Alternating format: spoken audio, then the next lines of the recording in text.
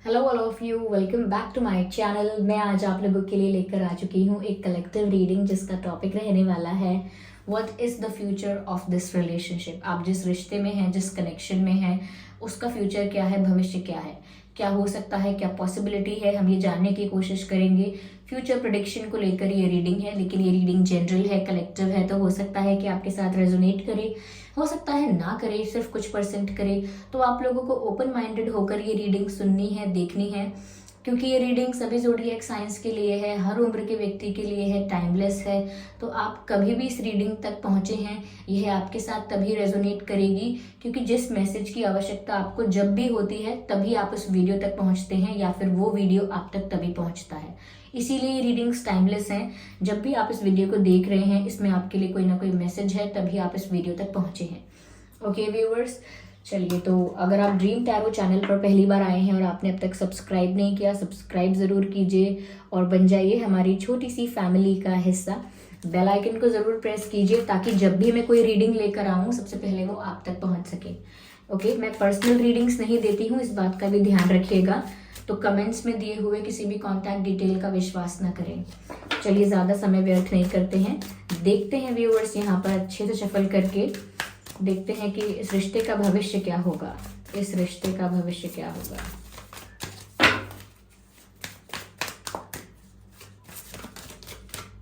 Okay, wow ठीक है।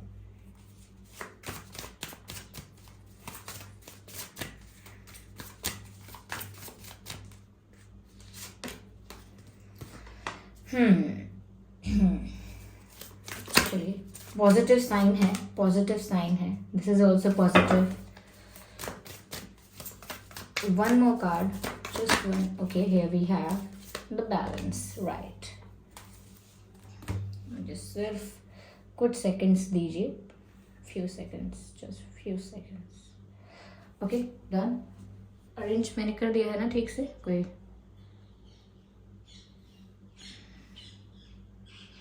Okay viewers, तो इस रिश्ते का भविष्य क्या है व्यूअर्स? देखिए, पहली चीज़ मुझे यहाँ पर ये नज़र आती है कि इस रिश्ते में कहीं ना कहीं बैलेंस की कमी है। कुछ अनफेयर हुआ है। ओके, मुझे नहीं पता अभी हुआ है या पहले हो चुका है, लेकिन आपके साथ या इस कनेक्शन में, इस रिलेशनशिप में कुछ तो कहीं अनफेयर हुआ है, कुछ तो कहीं इनजस्टिस हुआ है, कुछ तो कहीं चीटिंग हुई है, कुछ तो कहीं बिट्रेयल हुआ है, और जिस वजह से व्यूअर्स आप बहुत डिसअपॉइंट हुए हैं, सैड हुए हैं, ठीक है, पर जो जो आपने महसूस किया है वो है क्लियर कट डिसअपॉइंटमेंट। यानी दुख से ज़्यादा, रोने धोने से ज़्यादा आपको निराशा हुई कि मुझसे इतनी बड़ी गलती कैसे हो गई, या फिर मेरा विश्वास टूट गया, मेरी एक्सपेक्टेशंस टूट गई, मेरा भरोसा टूटा है। तो उस चीज़ की निराशा आपको ज़्यादा है, दुख से भी ज़्यादा आपको निराशा है। क्योंकि निराशा इस चीज़ की होती है कि जब हम कुछ एक्सपेक्ट करते हैं, जब हम किसी को या किसी चीज़ पर ट्रस्ट करते हैं, किसी व्यक्ति पर ट्रस्ट करते हैं, और जब वो टूट जाता है तो फिर ऐसा लगता है कि मैंने ऐसा क्यों किया, मैंने ट्रस्ट करने का डिसाइड क्यों किया, या मैंने इस चीज़ में अपने आप को इन्वेस्ट क्यों किया, मैंने अपना टाइम, अपनी एनर्जी, अपने इमोशंस यहाँ पर इन्वेस्ट क्यों किए, वाई आई डिड दैट। ऐसे प्रश्न उठते हैं और वो डिसअपॉइंटमेंट दर्शाते हैं। तो कहीं ना कहीं यहाँ पर मुझे ऐसा लगता है कि आप थोड़े से अनसेटिस्फाइड हैं। क्यों? क्योंकि आपके साथ इनजस्टिस हुआ है तो ऑफ कोर्स किसी के साथ अगर अन्याय उसको महसूस हो रहा है, मेरे साथ कुछ अनफेयर हुआ है, कुछ इनजस्टिस हुआ है, तो वो सेटिस्फाइड कैसे हो सकता है? वो अनसेटिस्फाइड ही होगा। I'm sorry for the background noise. Unsatisfied ही होगा, और कहीं ना कहीं वो वेट करेगा, इस उम्मीद में भी रहेगा कि मुझे जस्टिस मिले। तो यहाँ पर व्यूअर्स, आप इस कार्ड को देखकर ही समझ सकते हैं कि यहाँ पर जस्टिस ही सर्व हो रहा है। फ्यूचर में यहाँ पर जस्टिस ही सर्व हो रहा है। You can see the balance, क्योंकि जब भी इनजस्टिस होता है ना, डिसबैलेंस क्रिएट हो जाता है। यानी एक तरफ भार ज्यादा होता है, एक तरफ भार कम होता है, और डिसबैलेंस क्रिएट हो जाता है। इक्वल चीज़ें नहीं रहती, इसीलिए अनफेयर कहते हैं हम, इनजस्टिस कहते हैं हम, चीटिंग कहते हैं हम, क्योंकि बराबर नहीं होता, सब कुछ इक्वल नहीं होता है। तो यहाँ पर ऐसा लगता है व्यूअर्स कि जो भी इनजस्टिस, जो भी अनफेयर कुछ आपके साथ हुआ है, वहां पर भविष्य में आपको जस्टिस मिलने वाला है। तो इस रिश्ते के भविष्य में क्या है, सबसे पहले तो है व्यूअर्स आपके लिए न्याय। आप जो डिजर्व करते हो आपको वो मिलेगा, और जिस पर्सन ने आपको हर्ट किया है, बिट्रे किया है, वो व्यक्ति, वो मेल फीमेल जो भी है, ओके, वो व्यक्ति वो फेस करेंगे या वो चीज डील करेंगे जो वो डिजर्व करते हैं। तो यहाँ पर कर्मा सर्व होगा, क्लियरली यहाँ पर दिख रहा है कि इस कनेक्शन का फ्यूचर ये है कि यहाँ पर कर्मा सर्व होगा, पहली चीज। दूसरा मैं यहाँ पर देख पा रही हूँ व्यूअर्स कि कहीं ना कहीं इस रिश्ते का भविष्य ऐसा है कि बहुत समय तक, जब तक आप नीडी रहे या डेस्परेट रहे, तब तक आपको कुछ नहीं मिला और तब तक आपको कुछ नहीं मिलेगा। कुछ नहीं मिलने से मेरा मतलब है रिटर्न में कुछ प्राप्त करने की इच्छा रखना कि मैंने इतना किया है, मुझे रिटर्न में क्या मिलेगा, या फिर मेरे साथ इतना बड़ा कुछ धोखा हुआ है तो मुझे उसके रिटर्न में क्या मिल रहा है, लाइक मैं क्या डिजर्व करता हूँ फिर, तो मुझे क्या मिलेगा।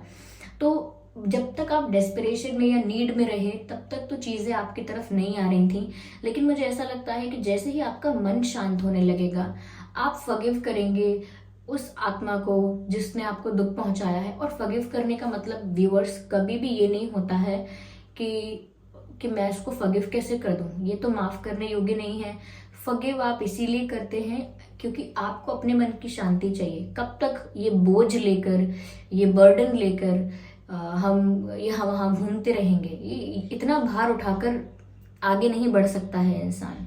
इसीलिए यहाँ पर आप फॉरगिव करेंगे और अपने मन को शांत करेंगे, अपने मन को हील करेंगे, और तब यहाँ पर मुझे लगता है कि आपकी तरफ सब कुछ अपने आप अट्रैक्ट होगा। वो अबंडेंस, वो प्रोस्पेरिटी आपके करियर में, आपकी लाइफ में, वो सेटिस्फैक्शन, वो हैप्पीनेस, वो फुलफिलमेंट का एहसास, सब कुछ आप अपनी तरफ अपने आप अट्रैक्ट करेंगे।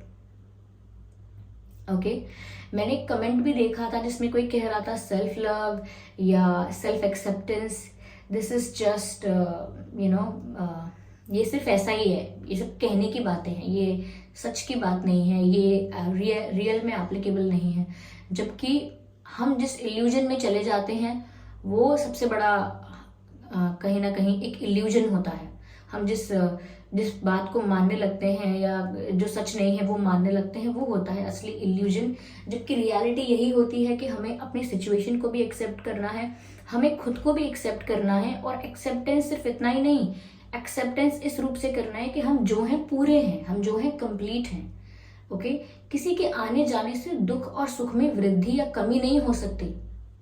जैसा है आपका मन वो वैसा ही रहना चाहिए, this is the requirement. Okay यही तो है कि कोई आया तो सुख भी हमको महसूस हुआ, कोई गया तो दुख भी हमको महसूस हुआ। तो क्या पूरा जीवन दूसरों पर ही निर्धारित है? क्या हम ये प्रश्न पूछ सकते हैं और क्या इसका जवाब हाँ मिलेगा? ऑफ कोर्स नहीं, हमारा जीवन नहीं है निर्धारित सबके ऊपर। ओके तो यहाँ पर ऐसा लगता है कि जब आप बिल्कुल नीडी और डेस्परेट नहीं रहेंगे तब एक पॉइंट आएगा, तब यहाँ पर जब आपकी लाइफ में बहुत सारा अबंडेंस, बहुत सारी खुशियां आपकी तरफ अपनी ओर आकर्षित होंगी, लेकिन आपकी तरफ अपने आप आकर्षित होंगी, आपकी तरफ अपने आप आएंगी। तो यहाँ पर व्यूअर्स आपको अपने मन को भी शांत रखना है, थोड़ा फॉरगिव करना है और आगे बढ़ने की कोशिश करनी है। कोई बर्डन कैरी करके नहीं बढ़ना है। ये सिर्फ जो खुशियां और फुलफिलमेंट में कह रही हूँ, ये सिर्फ ऐसा नहीं है कि आप महसूस करेंगे सिर्फ इमोशंस में ही खुशी आएगी, नहीं, यहाँ पर प्रोस्पेरिटी भी आ रही है। मैं वेल्थ नहीं कह रही हूँ क्योंकि सिर्फ वेल्थ नहीं आ रही है, वेल्थ के साथ साथ रिस्पेक्ट भी आ रही है, रिकॉग्निशन भी आ रहा है, यानी कि मान सम्मान भी आ रहा है। तो जो वेल्थ मान सम्मान के साथ आता है उसे हम प्रोस्पेरिटी ही कहते हैं। जो रिस्पेक्ट के साथ आता है तो वो भी आपको मिल रहा है। तो आपको बस थोड़ा सा धीरज रखना है और मन को भी शांत रखना है। मैं इसीलिए नहीं कह रही हूँ क्योंकि ऐसे ही कह रही हूँ, यहाँ पर है अबंडेंस का कार्ड। मुझे लगता है कि आप बहुत सक्सेसफुल होने वाले हैं भविष्य में व्यूअर्स। मुझे नहीं पता कि आपकी दिशा क्या है और आप क्या चुनेंगे, आपकी दिशा लाइफ की क्या है, किस ओर आपका करियर आपको ले जा रहा है, लाइफ आपको ले जा रही है, डेस्टिनी आपको ले जा रही है, but you will be very successful.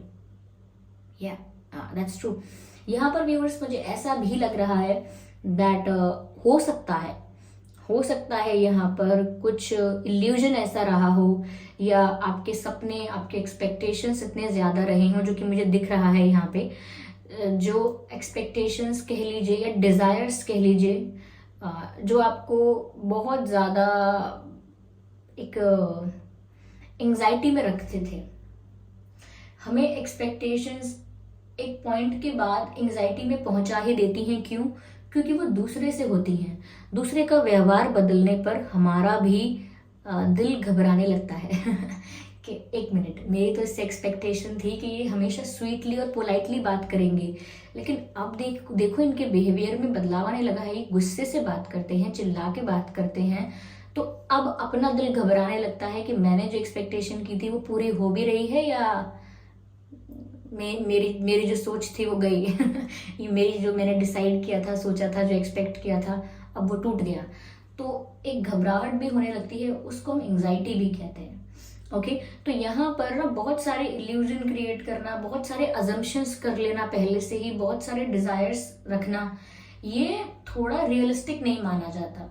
Okay, सपनों की दुनिया में जीने में कोई प्रॉब्लम नहीं है, लेकिन reality is something which will make you strong. Okay, reality आपको स्ट्रांग बनाती है, रियलिटी आपको स्टेबल बनाती है, जबकि सपने आपको हमेशा रियलिटी से दूर रखते हैं। या तो यहाँ पर कुछ ऐसा है, कुछ ऐसा आपने अज्यूम किया था, कुछ ऐसा आपने एक्सपेक्ट किया था कि ये तो होगा मेरी लाइफ में, ये तो होना चाहिए, ऐसा तो है ही, ये इसके बिना, इस चीज के बिना तो मैं रह ही नहीं सकता, रह ही नहीं सकती, ये तो कभी मैं कर ही नहीं सकता, कर ही नहीं सकती। तो कुछ तो आपने अज्यूम किया है पहले से, कुछ होने से पहले अपने लिए डिसीजंस ले लेना कि मैं लाइफ में कभी ऐसा नहीं करूंगा, मेरी लाइफ में ऐसा जरूर होगा, चाहे कुछ भी हो जाए, ये भी है वो भी है, मेरा पार्टनर ऐसा होगा पक्का, मैं तो कभी ऐसे पार्टनर को डेट नहीं करूंगा, ये नहीं करूंगा, मैं कभी ये, कुछ ना कुछ पहले से अज्यूम कर लेना, या बहुत बड़े बड़े डिजायर्स रखना, जबकि सपने देखने के लिए मना नहीं किया जा रहा है। बहुत बड़े बड़े डिजायर्स रखना, यानी कि आपको खुद नहीं पता कि आपको वो क्यों चाहिए, क्या मतलब है, पर्पस है उसका,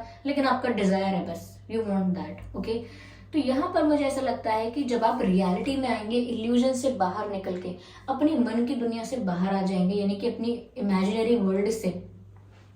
और ऐसा नहीं है कि इमेजिनरी वर्ल्ड में आप हैं या सोचते हैं ऐसा तो कुछ गलत सोचते हैं, नहीं। इंसान जब सोच सकता है तो इमेजिन भी कर सकता है, अज्यूम भी कर सकता है, कोई प्रॉब्लम नहीं है उसमें, लेकिन ज्यादा से ज्यादा रियलिटी के साथ जुड़े रहना चाहिए। तो यहाँ पर ऐसा लगता है व्यूअर्स, जैसे जैसे आप अपनी रियलिटी की तरफ बढ़ेंगे, रियल सिचुएशंस को रियल तरीके से डील करेंगे, तो यहाँ पर ऐसा लग रहा है मुझे कि कुछ क्रिएट कर रहे हैं आप। ओके, तो इस रिश्ते का भविष्य मुझे ऐसा भी लग रहा है कि जस्टिस आपको मिल रहा है, आपकी तरफ हैप्पीनेस, प्रॉस्पेरिटी भी आ रही है, और जितना ज्यादा आप रियलिस्टिक होंगे, यानी कि फॉरगिव करेंगे, रियल वर्ल्ड में जिएंगे, यहाँ पर ऐसा लगता है कि आप कुछ नया क्रिएट कर पाएंगे। अब आप नया रिश्ता क्रिएट कर रहे हैं किसी और के साथ, या उसी पर्सन के साथ कुछ न्यू क्रिएट कर रहे हैं, अभी मैं ये नहीं कह सकती हूँ, लेकिन आप कोई नया रिश्ता क्रिएट कर रहे हैं, कोई बॉन्ड क्रिएट कर रहे हैं, कोई रिलेशनशिप क्रिएट कर रहे हैं, डेफिनेटली यहाँ पर ऐसा नजर आ रहा है। हम क्लैरिफाई करते हैं मूनोलॉजी डेक से और देखते हैं कि यहाँ पर क्या क्रिएशन है, ये क्या पॉसिबिलिटी है।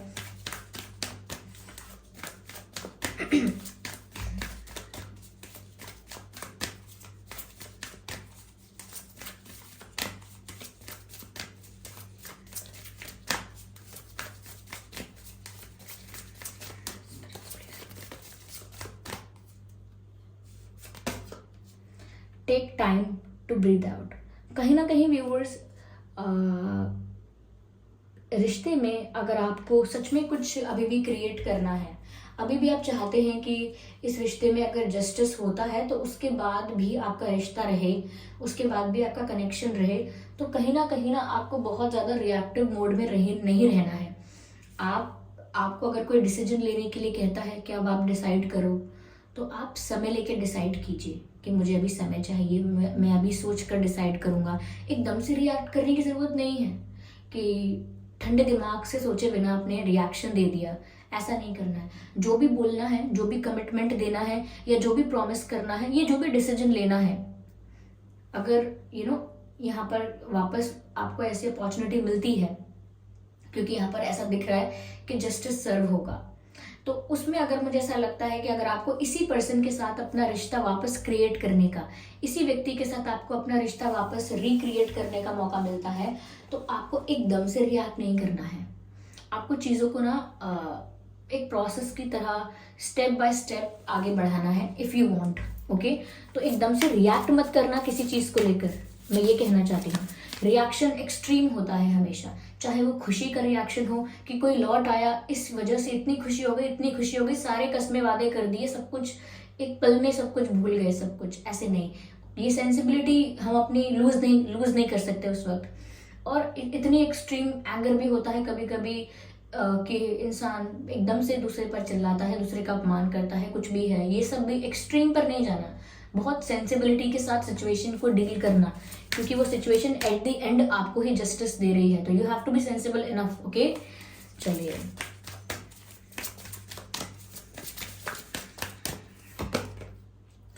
The answers you need are coming, the answers you need are coming. जो आपको जवाब चाहिए थे वो आपकी तरफ आ रहे हैं। तो इस व्यक्ति से आपको जो आंसर्स चाहिए थे, जो क्लैरिफिकेशन चाहिए था, अगर अपॉलॉजी भी चाहिए थी, तो पॉसिबल है कि फ्यूचर में आपको इस व्यक्ति से कोई कन्फेशन, कोई अपॉलॉजी, कोई आपके सवालों के जवाब, सब कुछ आपको मिल सकता है। एक्सप्लेनेशन, जस्टिफिकेशन, कुछ क्लैरिफिकेशन चाहिए था तो वो सब मिल सकता है। तो जो जवाब आपको चाहिए थे, जिन प्रश्नों का उत्तर आपको अपने चाहिए था बहुत समय से, कहीं ना कहीं बहुत सारे प्रश्न आपके मन में उठते थे लेकिन जवाब नहीं था, क्लोजर नहीं मिला था, तो यहाँ पर आपको बहुत सारे जवाब भी मिलेंगे।